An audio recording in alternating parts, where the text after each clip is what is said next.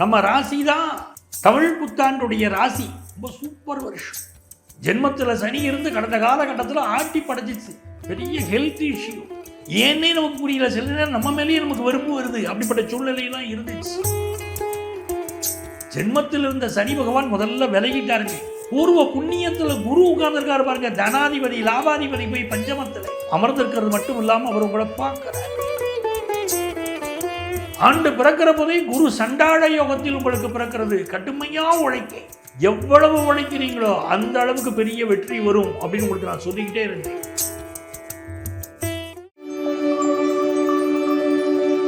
பராபவ தமிழ் புத்தாண்டு நல் வாழ்த்துக்கள், வணக்கங்களை தெரிவிச்சுக்கிறேன். புதிய தமிழ் புத்தாண்டு பிறக்குது. பிறக்கிற போது நம்முடைய ராசிக்கு 4வது ஸ்தானமான ரிஷபம் தான் இந்த புது தமிழ் புத்தாண்டுடைய லக்னம். நம்ம ராசி தான் தமிழ் புத்தாண்டுடைய ராசி. ரொம்ப சூப்பர் வருஷம். ஜென்மத்தில் சனி இருந்து கடந்த காலகட்டத்தில் ஆட்டி படைச்சிச்சு. பெரிய ஹெல்த் இஷ்யூ. எப்போ பார்த்தாலும் உடம்புல ஒரு சோர்வு, ஏதோ ஒரு மனசுக்குள்ள ஒரு சந்தேக உணர்வு. மனைவியை நம்புறதா, கணவனை நம்புறதா, வீட்டு விஷயங்கள், வீட்டில் உள்ளவங்கள் மேலாம் கோபம் ஏன்னே நமக்கு புரியல. சில நேரம் நம்ம மேலேயே நமக்கு வெறுப்பு வருது. அப்படிப்பட்ட சூழ்நிலையெல்லாம் இருந்துச்சு. அரசியல் இருக்கோம்னா அரசியலில் மிகப்பெரிய தடைகள், பல்வேறு வகையான பிரச்சனைகளை கும்பராசிக்காரங்க அனுபவிச்சுக்கிட்டு இருந்தீங்க. அப்படிப்பட்ட சூழ்நிலையில தான் இந்த பராபவ தமிழ் புத்தாண்டு உங்களுக்கு கை கொடுக்கும் விதமாக வருகிறது. ஜென்மத்தில் இருந்த சனி பகவான் முதல்ல விலகிட்டாருங்க. 2ஆம் இடத்துக்கு போயிட்டார். அது ஒரு நன்மை. பூர்வ புண்ணியத்தில் குரு உட்கார்ந்துருக்காரு பாருங்க. தனாதிபதி லாபாதிபதி போய் பஞ்சமத்தில் அமர்ந்திருக்காரு பாருங்க. அது ஒரு யோகம். அமர்ந்திருக்கிறது மட்டும் இல்லாமல் அவர் உங்களை பார்க்கிறார். ஆண்டு பிறக்கிற போதே குரு சண்டாள யோகத்தில் உங்களுக்கு பிறக்கிறது. கடுமையா உழைக்க, இந்த குரு சண்டாள யோகம் வருகிற போதெல்லாம் என்னுடைய கிளையன்ஸுக்கு நான் சொல்லுவேன், ஜாதகம் பார்க்க வரக்கூடியவங்க என்னுடைய கிளையன்ஸுக்கெல்லாம் நான் சொல்லுவேன், குரு சண்டாள யோகம் வந்துருச்சு சார், பயமா இருக்கு சார். பயப்படாதீங்க, கடினமாக நீங்கள் உழைங்க. எந்த அளவுக்கு நீங்கள் 24 மணி நேரமும் டைம் பார்க்காம உழைக்கிறீங்களோ, எவ்வளவு உழைக்கிறீங்களோ அந்த அளவுக்கு பெரிய வெற்றி வரும் அப்படின்னு உங்களுக்கு நான் சொல்லிக்கிட்டே இருந்தேன் இல்லைங்களா? இப்போ இந்த பராபவ தமிழ் புத்தாண்டில் குருவுடைய பயிற்சி இருக்க போகுது. குரு சண்டாள யோகம் விலக போகுது.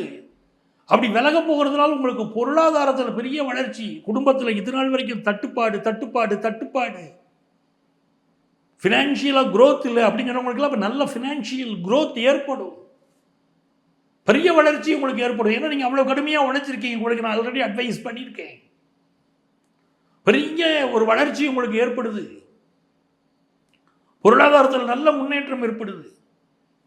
இந்த குரு சண்டாள யோகத்தினால் பெத்த பிள்ளைகளுக்கு ஒரு முன்னேற்றம் வரலையேன்னு கண்ணீர் விட்டீங்க, கலங்குறீங்க, கதறீங்க. உண்மைதானே? உங்கள் பிள்ளைகளுக்கு உடல்நல பாதிப்பு, உங்கள் பிள்ளைகளுக்கு கல்வியில் பாதிப்பு, உங்கள் பிள்ளைகளுக்கு திருமணம் கூடி வரல. ஏன் கூடி வரல? குரு சண்டாள யோகம் ஓடிக்கிட்டு இருக்குங்க. எப்படிங்க பிள்ளைகளுக்கு முன்னேற்றம் தரப்படும்?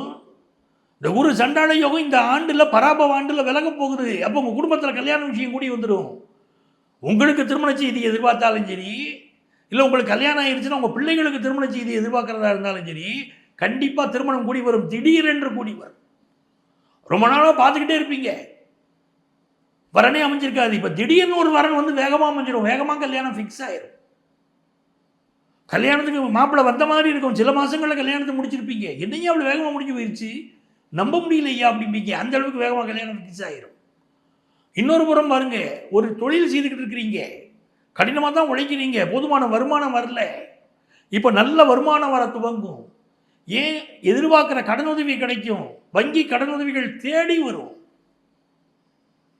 பிஸ்னஸை நல்லா டெவலப் பண்ணிடுவீங்க. நல்ல முன்னேற்றம் உங்களுக்கு ஏற்படும். 2ஆம் இடத்துல சனி இருக்கு பாருங்க. யோகங்க. யாருக்கெல்லாம் வந்து 2ஆம் இடத்துல சனி பகவான் போய் உட்கார்றாரோ பொருளாதாரத்தில் பெரிய வளர்ச்சி வந்துடும். பிள்ளைகளை படிக்க வைக்க முடியல, பிள்ளைகளை கல்யாணம் பண்ணி வைக்க முடியல, தொழில் வளர்ச்சி இல்லை, கையில் காசு இல்லை. எவ்வளவு புலம்பல் கடந்த காலத்தில் உங்களுக்கு இருந்துச்சு. கடந்த காலத்தில் கஷ்டப்பட்டீங்கள்ல. இப்போ உங்களுக்கு நல்ல சூழ்நிலை, நல்ல காசு உணவு வரப்போகுது. கையில் காசு இப்படி செழிக்கும், கொழிக்கும். அப்படிப்பட்ட நேரம் வரும்.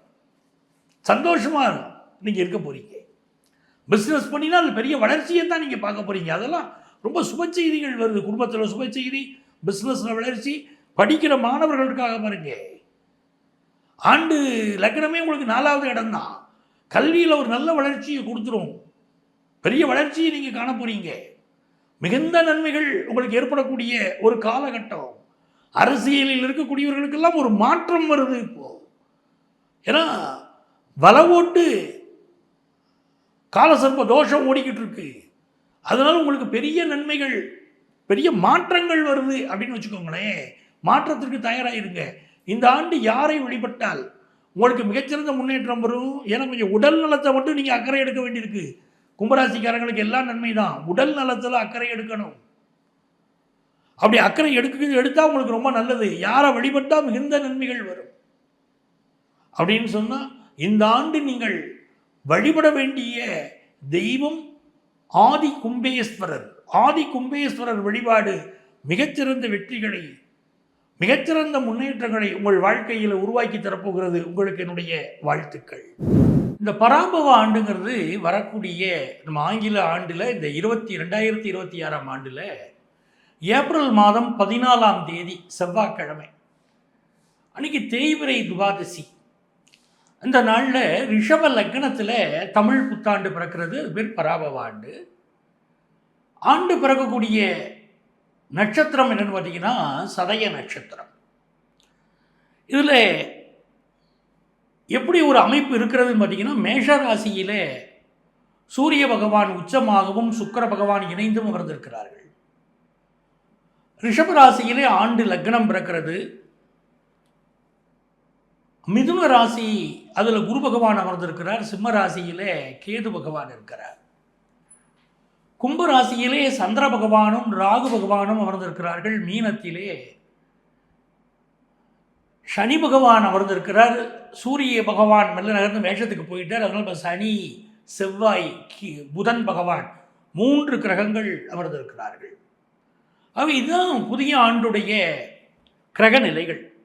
இது எப்படி இருக்க போகுது அப்படின்னு பார்த்தீங்கன்னா, இந்த பராபவ ஆண்டு சமூகம், நம்முடைய தமிழக சமூகம், இந்திய பொருளாதாரம் மற்றும் தனிப்பட்ட வாழ்க்கை இருக்கு இல்லையா, அதில் ஒரு மிக்சட் ரிசல்ட்ஸ், கலவையான பலன்கள் அப்படின்னு சொல்கிறாங்க. இந்த ஆண்டை பொறுத்த வரைக்கும் சூரிய பகவான் உச்சரமாகவும் சுக்கிர பகவான் இணைந்து இருப்பதனால் ஒரு ராசிக்கு திருமண விஷயம், திருமணத்துக்கு ரொம்ப நாளாக காத்திருக்கக்கூடியவர்களுக்கு திருமண விஷயம் கைகூடி வரக்கூடிய ஒரு நல்ல அமைப்பு இருக்குது. நம்முடைய அரசியல் மற்றும் நிர்வாகத்தில் மாற்றங்கள் வருவதற்கு வாய்ப்புகள் உள்ள ஆண்டாக இந்த ஆண்டு அமைகிறது.